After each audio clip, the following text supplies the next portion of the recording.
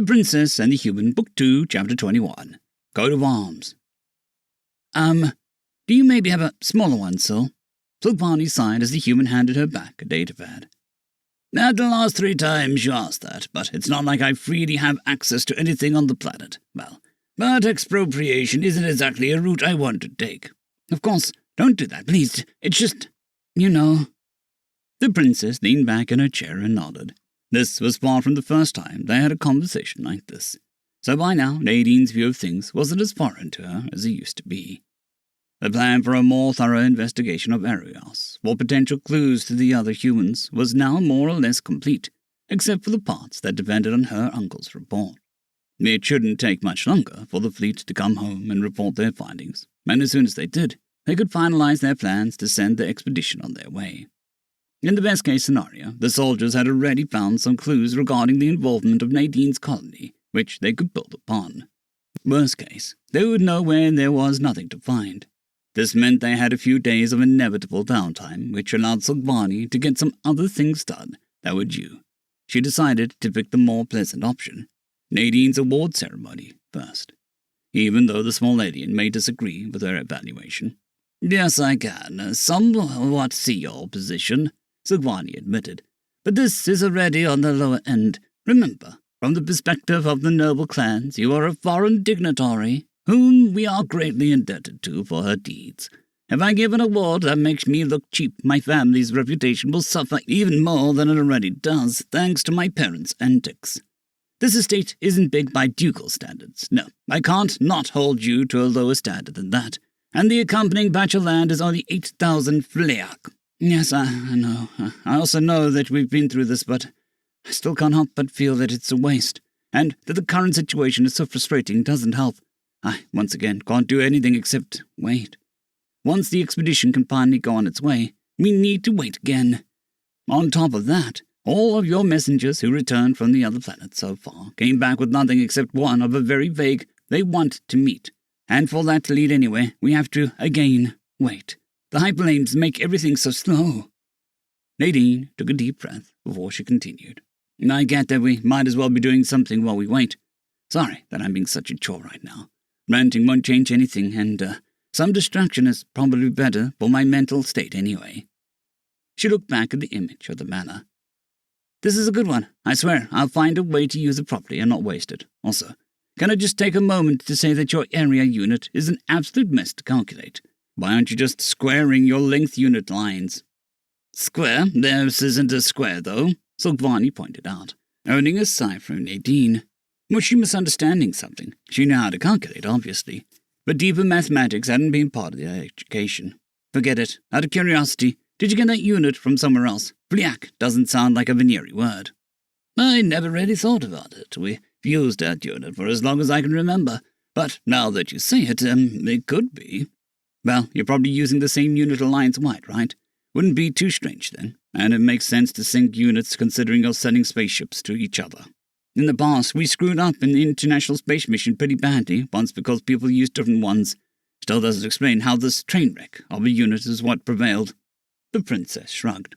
Maybe it was the unit used by the strongest economic power at the time. Is it really that bad? I know how big an area roughly is if you tell me how many fliak it is, but I never did calculations with it.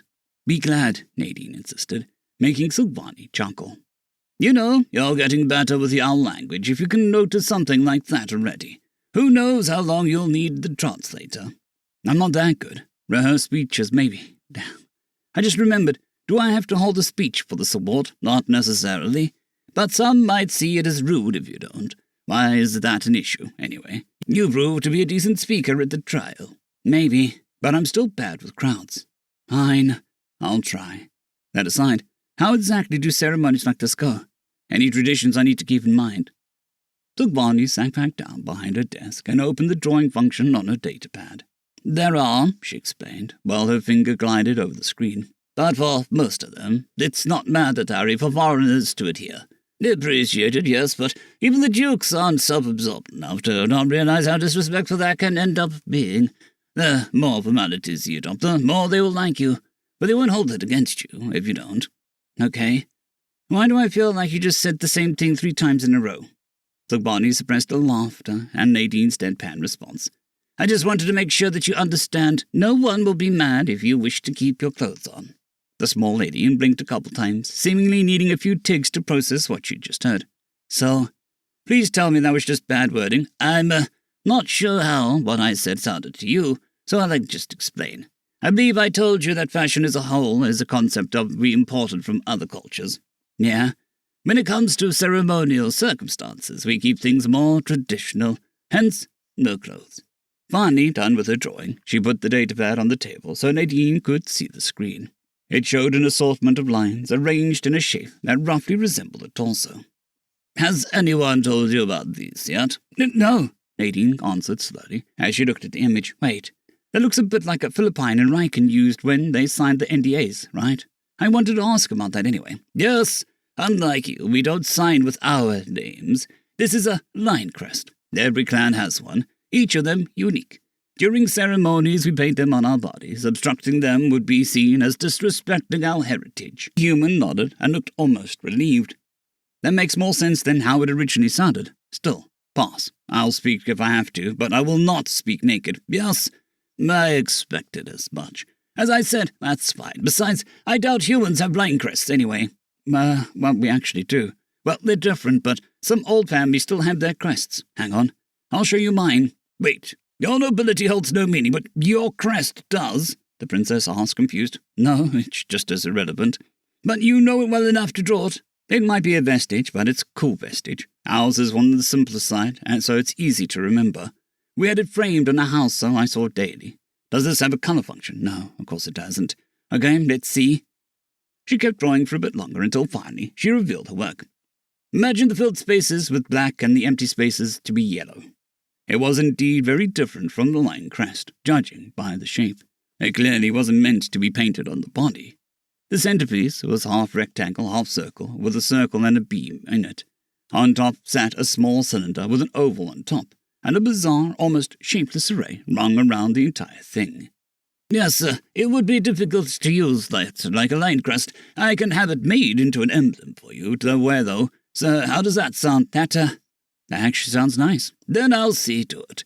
The two practitioners will probably appreciate some lighter tasks. We put them through a lot. Nadine let out an audible sigh. So, I told you it's not practitioners. That was just the translator being weird. Man, we need to come up with a veneering name for this. But speaking of, how is your impression so far?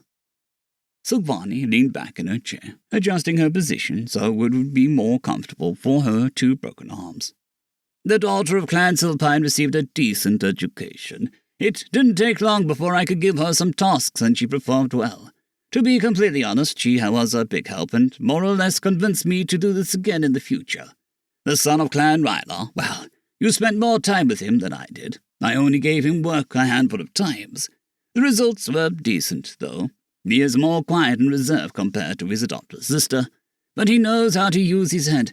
The biggest issue was that he always needed someone to read and write for him. It's fine for now, but he can't lead the duchy like that. Oh, the potential for people to manipulate him is too great. Yeah, he's aware of that. Some of my initial ideas are, unfortunately, out of the window. But I've got some new ones. It depends on how certain pieces of tech work, but I need to speak with an expert anyway. Back on Earth, I know a dozen things that could help him, but you seem to have never invented them. But I think that at least on a personal level, I'm making progress with him. A lot will depend on his strength of will. Then how about you use the time until we get the report to work on your ideas? I can do the rest here myself. Nadine clenched her fist and nodded. After she left, Silvani retreated to her own chambers as well. Hopefully, they'll get answers soon. There was also the matter of the illness. Neither the doctor nor the Royal Research Institute had reported any results yet, and she wasn't sure whether that was a good or bad sign. But on the other hand, she had learned something interesting about the alien girl. She didn't know if the crest was actually that important to her, or if it was just a reminder of home, but maybe it would make her happy if, I need to meet some artisans tomorrow. End of chapter.